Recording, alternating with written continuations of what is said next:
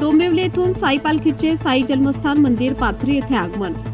बातमी पाथरी येथून सदाशिव बळीराम म्हात्रे वगैरे 27 साई भक्तांसमवेत साई पालखीसह साईबाबा जन्मस्थान मंदिर येथे आगमन झाले।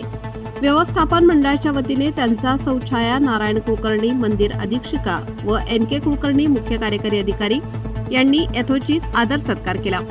योगेश दत्तात्रय इनामदार पुजारी यांनी डोंबिवली साई पालखीत येथील साईबाबांच्या पादुकांना भक्तिभावाने व श्रद्धेने अभिषेक केला। श्री बालाजी बेदरे प्रसादालय विभाग यांनी रात्री साईबाबांच्या आवडीच्या तांदळाच्या खिचडीच्या प्रसादाची व सकाळी चहा पाण्याची व्यवस्था केली। सौ शिवकन्या नागठाणे यांनी सर्व साई भक्तांना साईबाबांच्या सकाळच्या नैवेद्यातील शिरा प्रसादाचे वाटप केले। प्रभाकर पाटील यांनी साई भक्तांच्या निवासाची व्यवस्था केली। सर्व सेवेकरांनी हसतमुखाने आनंदाने सेवाभावनेतून नम्रतेने साई भक्तांची सेवा केली।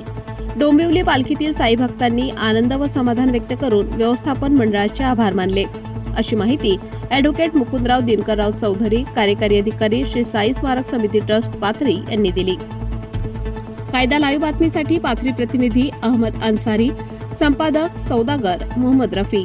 ताज्या घडामोडी जाणून घेण्यासाठी कायदा लाईव्ह न्यूज या YouTube चॅनलला सबस्क्राईब करा, बेल आयकॉनवर क्लिक करा, लाईक, कमेंट, शेअर करायला विसरू नका।